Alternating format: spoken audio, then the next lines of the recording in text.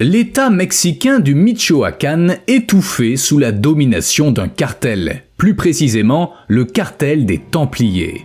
Les gens ne pouvaient pas travailler, leur nourriture et leurs économies leur étaient extorquées. Ceux qui tentaient de résister disparaissaient, et si leur corps était retrouvé, ça servait d'avertissement aux autres. Tout le monde vivait dans la peur, et les autorités brillaient par leur silence. Épuisés par cette inaction, les habitants de la région ont été poussés à bout. Un jour, le 24 février 2013, des fermiers, pas des soldats ni même des policiers, ont arrêté des dizaines de membres du cartel et ils les ont remis au bureau du procureur. Mais bientôt, tous les criminels ont été relâchés. C'est alors que la vie des gens a changé pour toujours. Ils ont réalisé qu'ils devraient se défendre eux-mêmes. C'est ainsi que sont nés les premiers groupes d'autodéfense. La nouvelle de leur existence s'est vite répandue. Les groupes avaient des armes, et pas qu'un peu. Ils les distribuaient à quiconque voulait combattre les cartels. C'était pas un crime, mais une mesure désespérée contre l'injustice. Aujourd'hui, on va parler de ces habitants lassés du crime qui ont pris les choses en main. Sous la direction de fermiers, de commerçants, de médecins et de chauffeurs de taxi, ils ont accompli l'impensable, défier l'un des cartels les plus brutaux du Mexique. On va y revenir, mais avant tout bien sûr, un café.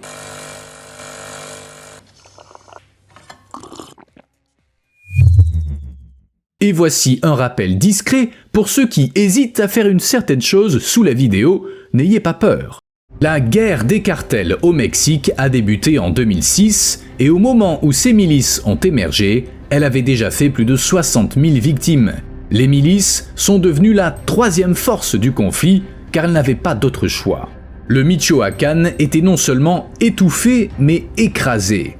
Les Templiers contrôlaient tout. Ils incendiaient des voitures, des entrepôts de bois, des hangars d'emballage de fruits et des camions de transport. Des ouvriers étaient tués, des gens ordinaires aussi. Le pays était dévoré par la violence et le Michoacán était l'une des régions les plus touchées. La police trouvait des charniers, comme celui découvert à Tiguindín, contenant 20 corps, alors que quelques heures plus tôt, 4 victimes avaient été trouvées dans le village de Zacán. Leurs corps gisaient dans des sacs plastiques près de l'église, accompagnés d'une note menaçante. Tout ça faisait partie d'un système basé sur la peur et l'extorsion. Les cultivateurs d'avocats et de citrons verts devaient payer une taxe pour chaque kilogramme de produit. Les producteurs de maïs étaient forcés de brader leurs produits et le cartel les revendait ensuite au double du prix. Être endetté auprès des criminels, ça signifiait tout perdre. Ils s'emparaient des maisons et légalement encore. Des notaires assuraient la paperasse. Bien sûr, certains tentaient de s'y opposer, mais la répression était rapide et parfois publique. Personne n'était en sécurité. Les gens vivaient sous surveillance et tout le monde le savait. Un mot ou un acte mal interprété, ça signifiait être battu ou tué. Et pas que pour les citoyens ordinaires, même les politiciens craignaient pour leur vie. Un élu a été découpé à la machette par des Templiers, et ils s'en sont tirés. Début 2014, le cartel des Templiers était plus qu'une bande criminelle. Il était devenu la plus grande menace pour le gouvernement. Grâce à une alliance avec le cartel encore plus puissant de Sinaloa, les Templiers contrôlaient des routes côtières clés utilisées pour la contrebande de drogue. Fait intéressant, malgré leur cruauté, les membres du cartel se voyaient vraiment comme des Templiers, et non pas parce qu'ils avaient trop joué à Assassin's Creed. Ils avaient créé une imagerie s'appuyant sur une idéologie pseudo-religieuse. Les Templiers se disaient héritiers des croisés médiévaux, ils avaient rédigé des codes de conduite, ils effectuaient des rituels en armure et ils considéraient leur chef, Nazario Moreno, surnommé le plus fou, comme un saint. Ils avaient pris le contrôle de toute l'économie du Michoacán. Les Templiers ne se contentaient pas du trafic de drogue, ils extorquaient les entreprises, ils kidnappaient des gens et ils donnaient dans l'exploitation minière et l'exploitation forestière illégale. Leur influence était énorme, des marchés paysans aux contrats de niveau national. Ne recevant aucune aide, les gens ont finalement pris les armes. Sur une colline sèche, dans la ville de Tierra Colorada, des hommes armés apparaissent. Ils portent des vêtements ordinaires, sombreros et casquettes, mais ils transportent des fusils, des carabines et des machettes. Ils frappent aux portes et font passer un message. Les habitants ont subi enlèvements, extorsions et menaces pendant trop longtemps. Il est temps de se révolter. Tout le monde est le bienvenu. Au début, la foule est silencieuse. Les gens regardent les hommes armés, immobiles. Puis soudain, une personne s'avance. Puis une autre. 9 autres suivent et la foule les acclame. C'est ainsi que naissaient les escouades. Et elles étaient nombreuses. J'exagère pas, c'est comme ça que ça se passait. Connus sous le nom d'Autodefensas, ou groupe d'autodéfense, ces escouades de justiciers sont apparus pour la première fois dans des villages de l'état du Michoacán en 2011. Avec le temps, leur nombre a augmenté, le mouvement s'est étendu à tout le Michoacán et à l'état voisin du Guerrero, puis à 7 autres états atteignant les villes, les bourgs et les ranchs. Selon les estimations de ces groupes, ils comptaient au moins 20 000 membres armés, et tous étaient prêts à agir. Hier encore, ces fermiers travaillaient dans les champs, mais ils empilaient maintenant des sacs de sable sur les routes menant à la ville, fortifiant leur position. À chaque point de tir, un justicier attendait, guettant les tireurs d'élite du cartel dans les champs rocailleux parsemés de cactus, prêts à tirer. Mais les gens ne faisaient pas que se défendre. Dans les villes, les villages et les ranchs, ils attaquaient les membres du cartel, ils détruisaient leurs symboles et ils déclaraient les communautés libérées. De plus, ils s'emparaient des maisons du chef des Templiers, bien que le mot palais soit plus adapté. Piscines luxueuses, bars, meubles coûteux, tout ça contrastait avec le quotidien des habitants. Certains groupes comptaient plus de 200 civils armés. Ils patrouillaient sur les routes où les policiers se montraient peu, mais ils ne tuaient pas les gangsters, ils les chassaient seulement. Enfin, parfois, ils les enfermaient dans des prisons improvisées. La plupart des détenus étaient remis à la justice, mais certains finissaient dans des tribunaux populaires ou mouraient fusillés. Au début, ça a causé des tensions entre les groupes d'autodéfense et la police et l'armée. Mais les milices étaient convaincus d'avoir rendu la vie plus sûre pour les gens ordinaires. De nombreux criminels avaient fui les villes. Même les experts en sécurité disent que c'est elles qui ont aidé à réduire la violence au Michoacán. D'ailleurs, même si les groupes étaient composés de gens ordinaires, ils étaient structurés. Des cellules d'environ 10 personnes étaient dirigées par un coordinateur. Ces coordinateurs, à leur tour, répondaient à des commandants locaux ou régionaux. 30 commandants siégeaient au conseil de gouvernance qui était responsable des décisions stratégiques au Michoacán. La communication se faisait via des radios bidirectionnelles à ondes courtes. On les appelait gabacha. Elles comprenaient un émetteur et un récepteur. Et comme elles pouvaient capter les signaux des groupes ennemis, elles étaient utilisées pour la reconnaissance. Quant aux armes, tout a commencé avec des armes légères, des carabines et fusils de calibre 22, mais plus tard les autorités ont même confisqué des armes lourdes comme des M4, des AKM, des MP5, des G3 et des M60. Des miliciens ont même été trouvés avec des fusils de sniper Barrett de calibre 50. Tout était financé par les dons des habitants et des commerçants qui choisissaient de soutenir les justiciers plutôt que de payer le cartel. Certaines armes étaient achetées aux États-Unis et passées en contrebande, tandis que d'autres étaient prises aux Templiers. Quant à la pratique, rien de plus simple. De nombreux fermiers étaient aussi chasseurs, et il y avait d'anciens soldats parmi les justiciers pour entraîner les autres. Ces milices enfreignaient clairement la loi, mais les habitants n'avaient pas d'autre choix que de prendre les armes, car le gouvernement avait échoué à les protéger. Cependant, les criminels n'étaient pas prêts à abandonner. Ils ripostaient en assiégeant des villes en périphérie, incendiant les camions et les voitures et attaquant les gens qui travaillaient dans les forêts et les ranchs. Mais les milices ne se laissaient pas faire. Lorsque les justiciers de Tierra Caliente se sont soulevés pour la première fois, ils ne faisaient pas le poids face aux Templiers lourdement armés et ils ont été acculés dans plusieurs villes et villages. Ils se défendaient avec des barricades gardées jour et nuit et des fusils d'assaut. Mais peu à peu, le mouvement s'est étendu jusqu'à ce que la percée tant attendue ait lieu. L'équilibre des forces a basculé en 2014 lorsque les justiciers ont pénétré dans les villes clés de Paracuaro et Nueva Italia en janvier et Apatzingán en février. À bien des égards, les milices devaient leur succès aux Templiers eux-mêmes, qui maintenaient les communautés dans la peur. Plus la pression augmentait, plus ils tuaient et pillaient, plus les gens prenaient les armes pour résister.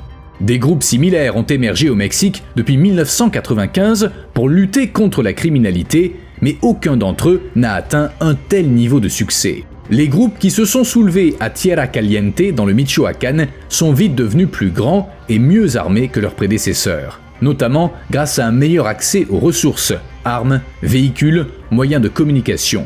Mais la principale raison était autre. Pour survivre aux affrontements avec l'un des cartels les plus puissants du pays, ces gens ont dû s'organiser, être prêts au combat.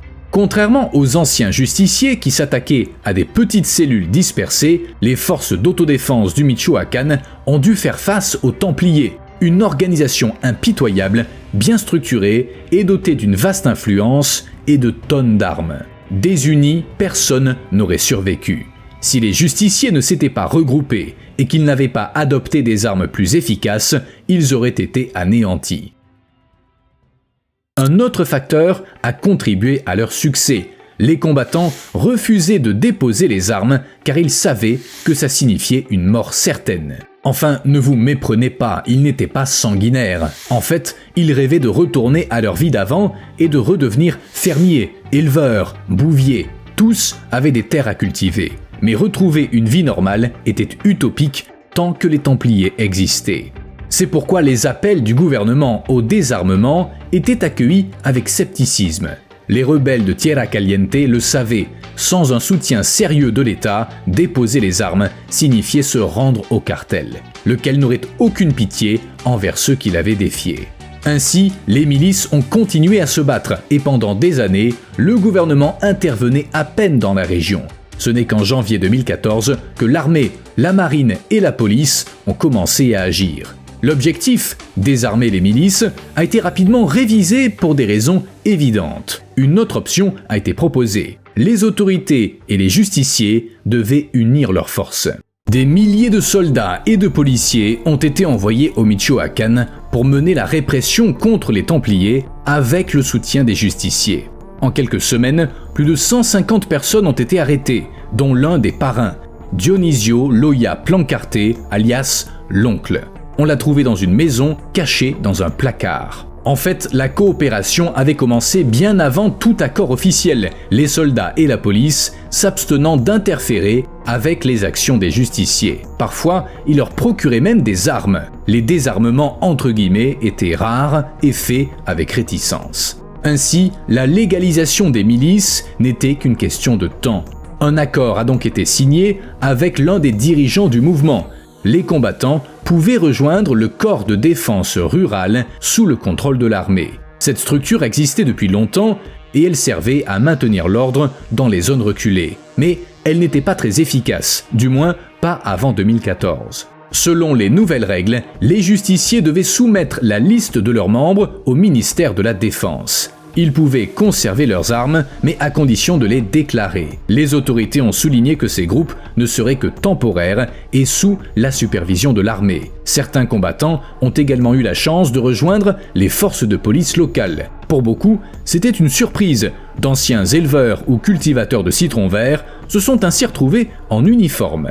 Pas pour faire carrière, mais parce que la situation l'exigeait. Cette décision a permis de ramener un peu d'ordre dans la région. Les justiciers continuaient à faire ce qu'ils faisaient. Ils transmettaient des infos sur la structure du cartel à l'armée, nom, adresse, itinéraire. Malheureusement, les trahisons n'étaient pas rares. Certains combattants se sont détournés de leur mission initiale. Une partie des justiciers a conclu des alliances avec d'autres cartels, échangeant leur loyauté contre des armes, la sécurité et du pouvoir. Ça a suscité l'inquiétude de ceux qui restaient fidèles à l'idée de résistance. De plus en plus, des rapports évoquaient des personnes aux antécédents criminels qui opéraient parmi les justiciers et certains avaient même été arrêtés par la police pour des meurtres, des enlèvements et autres crimes. Ça a soulevé des questions. Dans quelle mesure le mouvement contrôlait-il encore ses membres et pouvait-il maintenir l'ordre ? Ou les milices allaient-elles devenir un problème ? L'inquiétude a grandi après que des officiels se sont exprimés. Le procureur général du Mexique, Jesús Murillo Caram, a révélé que beaucoup d'armes provenaient du cartel de la nouvelle génération de Jalisco, un concurrent des Templiers. Ça a alimenté les rumeurs liant certains miliciens au crime organisé. Le cartel ne contrôlait pas tout le mouvement, mais certains combattants étaient peut-être à sa solde. Quoi qu'il en soit, lorsque l'armée, la police et les justiciers s'en sont pris aux gangsters, les Templiers, qui dirigeaient le Michoacán depuis 2006, ont été durement touchés. Territoire, ressources, influence, c'était un coup dur pour eux, mais les chevaliers pouvaient remonter la pente tant que leur chef était en vie. J'ai déjà mentionné son nom, Nazario Moreno, alias le plus fou. Il avait cofondé le cartel La Familia, mais il est devenu plus tard le leader spirituel de son émanation, les Templiers. Il était l'un des criminels les plus recherchés du Mexique, et comme il sied à un gangster de son calibre, il était mort. Cette fausse mort s'était produite lors d'une fusillade impliquant la police en 2010. D'ailleurs, après ça, Moreno a commencé à être vénéré comme un saint. On le représentait en habit médiéval et portant une croix rouge sur la poitrine. En réalité, le gangster était bien vivant, se cachant et tirant les ficelles de ses chevaliers dans l'ombre. Et le 9 mars 2014, il a été repéré à Tumbiscatio dans le Michoacán. On ignore si des justiciers ont participé à la capture ou s'il s'agissait d'une opération de l'armée et de la marine, mais Moreno a livré un combat acharné. Il est mort dans la fusillade. Cette fois pour de vrai et pour toujours. La chute des Templiers a secoué le monde du crime organisé et les gangsters ont fui vers les États voisins. À ce stade, le cartel avait déjà été chassé de nombreuses villes du Michoacán par les groupes d'autodéfense avec le soutien des troupes gouvernementales. Certains Templiers, dont leur chef, avaient été tués dans des fusillades et d'autres mis en prison. Cependant, on pense que de nombreux chevaliers ont rejoint d'autres gangs ou même des unités d'autodéfense. Mais j'y reviendrai. Le cartel des Templiers a officiellement cessé d'exister en septembre 2017. D'autres cartels ont contribué à sa chute finale, mais ils n'auraient sans doute pas réussi sans les justiciers. Tout ça aurait dû inspirer l'optimisme et donner aux gens l'espoir que les cartels régnant par la terreur pouvaient être vaincus. Les convaincre qu'il fallait cesser d'avoir peur et prendre les armes pour se battre. Seulement, il y a toujours un hic. Le cartel des Templiers a bien été démantelé, mais avec le crime organisé, lorsqu'un gang disparaît, un autre prend sa place. Chasser les Templiers a ouvert la voie à une incursion du cartel rival de la nouvelle génération de Jalisco, ou CJNG, depuis l'état voisin du Jalisco. Oui, c'est ce même cartel qui aurait armé les justiciers. Le gouvernement américain le considère comme l'un des syndicats criminels transnationaux les plus dangereux au monde. Maintenant que les Templiers sont partis, l'influence du CJNG s'est étendue à la côte peu peuplée du Michoacán, coincée entre deux grands ports. C'est l'endroit parfait pour le commerce illégal et le CJNG a ainsi repris les affaires des Templiers. Drogue, minéraux, rien de neuf sous le soleil. Mais qu'en est-il des groupes d'autodéfense, vous demandez-vous ? Leur réputation en a pris un coup après qu'il est devenu clair que beaucoup de miliciens avaient été recrutés par des criminels. Les mêmes criminels que les justiciers étaient censés combattre. Ainsi, des unités se sont transformées en organisations criminelles encore actives aujourd'hui. Et comme je l'ai dit, certaines ont été rejointes par d'anciens Templiers. Notre mouvement d'autodéfense était inutile. En réalité, la situation est encore pire qu'avant, admet Guadalupe Mora, frère d'Hipólito Mora. Hipólito était le fondateur et leader des milices de La Ruana, la première ville à avoir pris les armes contre le cartel des Templiers en 2013. Cependant, des groupes de résistance sont toujours actifs, certains avec succès, d'autres moins. Certains de leurs dirigeants, comme Hipólito, ont été tués. Mais ont-ils atteint leur objectif de protéger les citoyens du crime organisé ? Selon le docteur Jesús Pérez Caballero, chercheur en études culturelles à l'université de la Frontera Norte, le résultat est incertain. Par endroits, la situation a empiré, surtout ces dernières années, et la guerre contre les gangs bat son plein. Mais ailleurs, les choses sont plus paisibles et le taux de criminalité a baissé. Quant à la position des autorités, elle est inchangée. Elles tolèrent toujours les milices, tandis que les justiciers maintiennent un semblant d'ordre. Vous me devez un like. À plus.